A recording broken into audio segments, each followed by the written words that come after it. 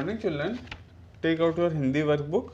Today we are going to do lesson number 4 which is एक किरण। ठीक है बेटा, ये एक किरण क्या है? ये एक कविता है। ओके, इस कविता के मुख्य उद्देश्य क्या है? कर्मनिष्ठा। ठीक है, कर्मनिष्ठा मतलब हमें अपने काम के प्रति वफादार होना चाहिए। ठीक है, जो हमें काम करना है वो हमें करना है, उसमें हमें आलस नहीं करना चाहिए। और दूसरा उद्देश्य है आलस को त्यागना। हमें आलस को त्याग देना चाहिए कि ये नहीं कि सुबह से उठ रहे हैं तो अभी और सो जाऊं, ये सब चीज़ नहीं करना चाहिए। हमें अपने आलस को त्याग देना चाहिए। ठीक है, तो यही इस कविता के मुख्य उद्देश्य हैं। एक किरण खिड़की से होकर चुपके चुपके आती है, हुआ सवेरा जागो बच्चों कहकर हमें जगाती है। किरण सुनहरी प्यारी प्यारी धूप सुहानी लाती है, आलस छोड़ो काम करो सब यह संदेश सुनाती है। रोज सवेरे दूर देश से दौड़ी दौड़ी आती है, घर में वन में खेत बाग में सबको किरण जगाती है। ठीक है बेटा, तो ये आपकी एक बहुत सुंदर सी कविता है। एक किरण खिड़की से होकर चुपके चुपके आती है। तो जब हम लोग सो रहे होते हैं, ठीक है, रात में जब हम लोग सोते हैं तो सुबह जब उठते हैं तो कहीं से भी खिड़की का कोई दरवाज़ा खुला हो, कहीं झरोका हो, तो सबसे पहले क्या हमारे चेहरे पे आसपास हमको किरण दिखाई देती है। और सुबह जो किरण दिखती है तो वो हमको बहुत ही सुंदर लगती है, क्योंकि उस समय जो प्रकृति होती है वो सुबह के समय में बहुत ही दर्शनीय होती है, बहुत ही देखने योग्य होती है ना। हुआ सवेरा जागो बच्चों कहकर हमें जगाती है। और वो किरण करती क्या है? वो किरण हमें बताती है कि अब हमें सोने का टाइम नहीं रह गया है, अब उठने का टाइम हो गया। अब हमको जग करके अपने काम में लग जाना है। ठीक है, अब हमें आलस्य को त्याग करके तुरंत उठ जाना है, क्योंकि सुबह हो गई है। किरण सुनहरी प्यारी प्यारी धूप सुहानी लाती है। और किरण के साथ क्या क्या होता है कि जैसे अब हम लोग सर्दी के टाइम में हैं, ठीक है, हम लोग सर्दियों में क्या होता है, बहुत ठंड रहती है, तो जब किरण पड़ती है साथ में थोड़ी थोड़ी धूप जो आती है उसमें हल्की हल्की गर्माहट होती है, तो हमको अच्छा लगता है ना।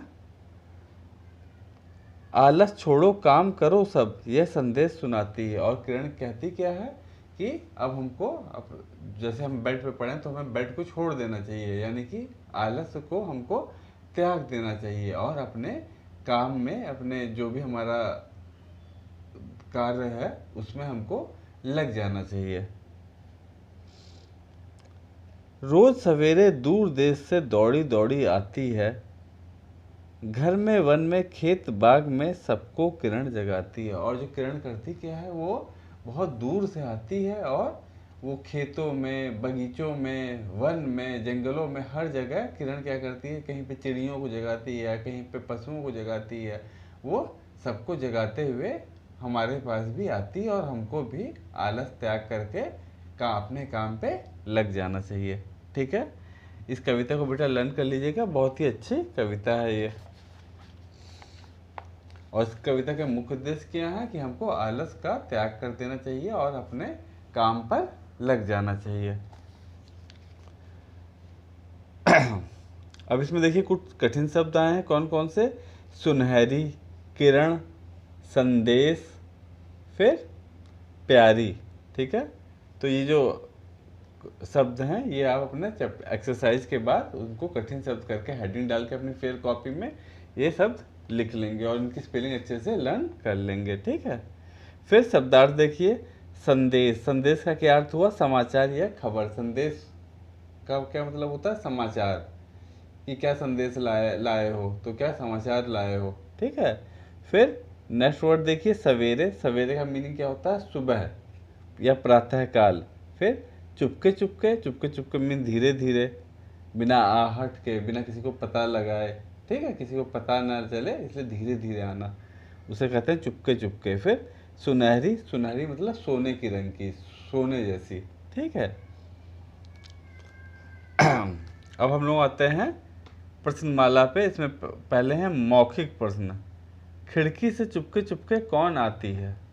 तो इस चैप्टर में हमने इस कविता में हमने क्या पढ़ा है, खिड़की से चुपके चुपके किरण आती है। ठीक है, फिर नेक्स्ट क्वेश्चन है किरण क्या लाती है। तो किरण क्या लाती है, किरण अपने साथ धूप को लाती है। इसमें लिखा है ना कि किरण धूप को लेके आती है।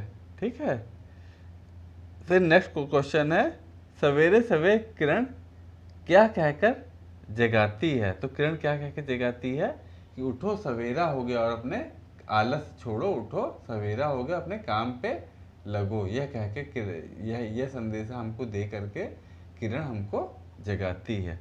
ठीक है, अब फिर हम आते हैं लिखित प्रश्न पे। लिखित प्रश्न में पहला देखिए, सुनहरी किरण क्या संदेश देती है। तो इसका बेटा आंसर देखिए, सुनहरी किरण यह संदेश देती है कि हमें आलस छोड़ के अपने काम काज पर हम आलस छोड़ के अपने काम काज पर लग जाएं। ठीक है, फिर नेक्स्ट प्रश्न देखिए, काम करो सब से क्या तात्पर्य है। तो काम करो सबसे कवि का तात्पर्य है कि आलस छोड़कर सबको अपने कार्य में लग जाना चाहिए। काम करो सब मतलब सब लोग अपना अपना जो भी काम कर रहा है, जो भी आपका काम हो उस काम में आप लग जाइए, आलस को त्याग करके। ठीक है, फिर तीसरा प्रश्न देखिए, सुनहरी किरणें हमारे जीवन में किस प्रकार आशा के भाव भर देती है। कि हमारे जीवन में कैसे आशा जगाती है जो किरण होती है। तो इसका आंसर देखिए बेटा ये है, प्रातः काल प्रकृति बहुत सुंदर दिखती है। उस काल की सुनहरी किरण शीतल वायु, चिड़ियों का चहचहाहट आदि ऊर्जा देते हैं और हमारे जीवन को आशा के भाव से भर देते हैं, भर देती है। तो सुबह सुबह क्या होता है बेटा, सुबह सुबह जब आप उठते हो तो चिड़िया बोल रही होती हैं। ठीक है, ठंडी आप छत पे जाते हैं अपने क्या कहीं बाहर टहलने निकलते हैं तो खूब अच्छी ठंडी हवा बह रही होती है। तो उस समय क्या होता है, हमारे शरीर को एक अलग सी ऊर्जा मिलती है, क्योंकि उस समय बहुत जो प्रकृति होती है उसका दृश्य भी बहुत सुंदर होता है। ठीक है, तो हमें बेटा क्या होता है, एक प्रेरणा मिलती है और हम अपने कार्य पे अच्छे से लग जाते हैं। ठीक है, उसके बाद हम नेक्स्ट एक्सरसाइज पे आते हैं बेटा, एक्सरसाइज गा पे। सही उत्तर पर सही का ये टिक का निशान लगाइए। तो इसमें पहला है किरण कब आती है। तो उसका आंसर हो जाएगा किरण, इसका ऑप्शन दे रखे हैं रोज सवेरे, रोज रात या दिन और रात। तो उसका आंसर क्या हो जाएगा, रोज सवेरे। किरण कब आती है, रोज सवेरे आती है। ठीक है, फिर नेक्स्ट है बेटा देखिए, किरण हमें क्या संदेश देती है। तो इसका आंसर हो जाएगा किरण हमें क्या संदेश देती है। इसके में ऑप्शन दे रखे हैं काम छोड़ो, आलस्य छोड़ो, कुछ मत करो। तो इसका क्या आंसर हो जाएगा, किरण हमें क्या संदेश देती है कि हमें आलस छोड़ना चाहिए। ठीक है, तो इस ऑप्शन पे आप टिक कर देंगे, आलस छोड़ो। फिर थर्ड है खिड़की से होकर कौन आती है। तो इसमें खिड़की से कौन आता है, सुनहरी किरणें। ठीक है, इस पे आप टिक लगा देंगे, खिड़की से होकर सुनहरी किरणें आती हैं। ठीक है, यहाँ पे देखिए हमने लिखा है।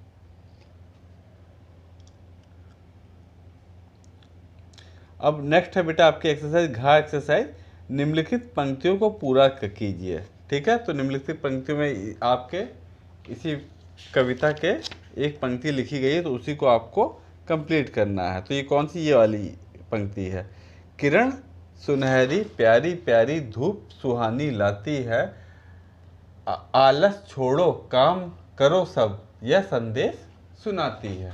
ठीक है, तो उसको आपको कंप्लीट करना है।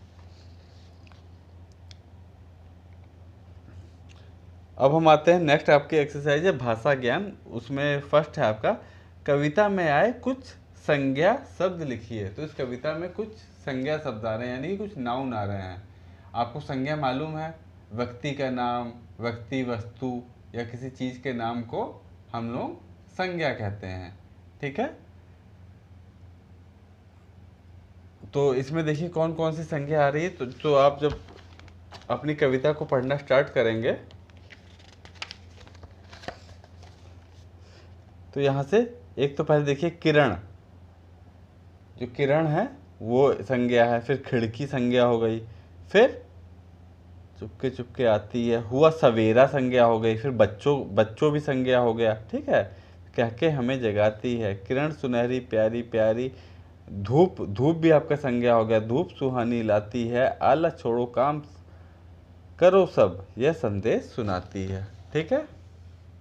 तो यहाँ बेटा देखिए जो आपके संज्ञा है वो हमने यहाँ पे लिख दिए हैं। फिर नेक्स्ट एक्सरसाइज है इसी में, भाषा ज्ञान में खा।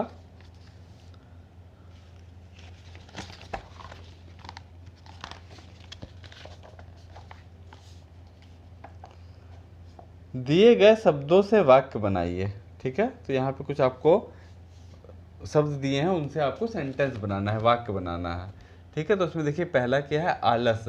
तो आलस का देखिए हमने बना दिया, आलस बुरी बला है, ठीक है। आलस मतलब बैड हैबिट है, बला मतलब बैड हैबिट।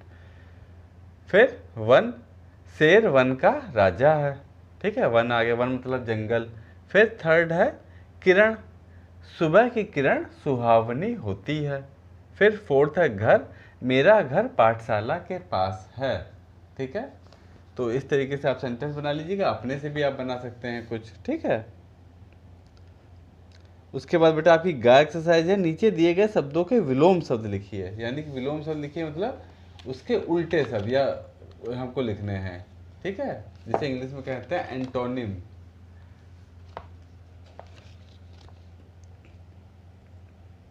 तो उसमें फर्स्ट है बेटा आपका दूर, तो दूर का अपोजिट क्या हो जाएगा, पास, ठीक है। फिर सेकंड शब्द है आपका सुबह, सुबह का क्या अपोजिट क्या हो जाएगा, शाम। अगर दिन होता तो उसका अपोजिट हो जाता रात, ठीक है। सुबह का शाम हो गया। फिर सोना का जागना, फिर आना का जाना, फिर धूप का छाँव, फिर हंसना का रोना, ठीक है।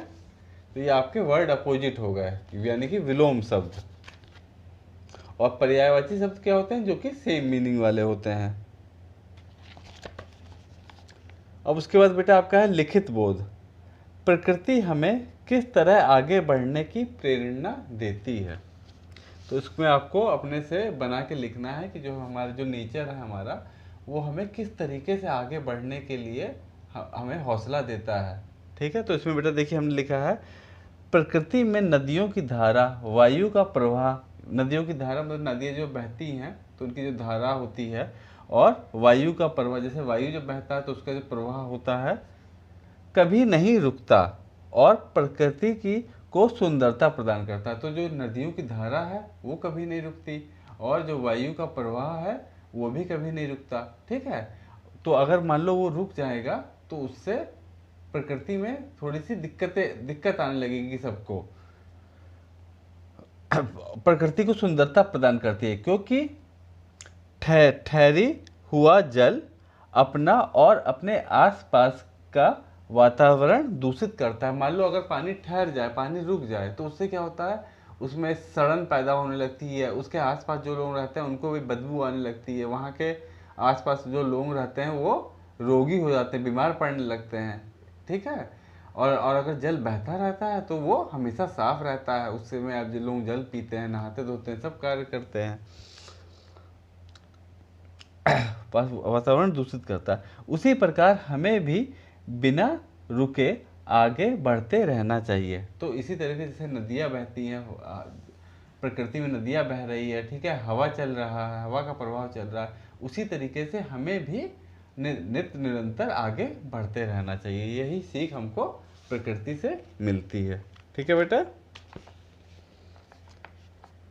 उसके बाद बेटा आपका लास्ट एक्सरसाइज है रचनात्मक गतिविधि। इसमें क्या करना है, प्रकृति से हमें क्या क्या चीज़ मिलती हैं, संबंधित चित्रों को एकत्रित कर स्क्रैप बुक में लगाइए। अच्छा, तो आपको बेटा एक चार्ट आप तैयार कर लीजिएगा, या चार्ट तैयार कर लीजिएगा, या फिर A4 साइज का पेपर होगा, उसी पे आप हमको जो नीचे से जो चीज़ मिलता है हमको, जैसे हमको क्या क्या मिलता है, फ्लावर्स में फूल मिलते हैं, फल मिलते हैं, सब्जी मिलती है, जड़ी बूटी मिलती हैं, ठीक है, पहनने के लिए कपड़े, कॉटन जो रुई होता है वो मिलता है।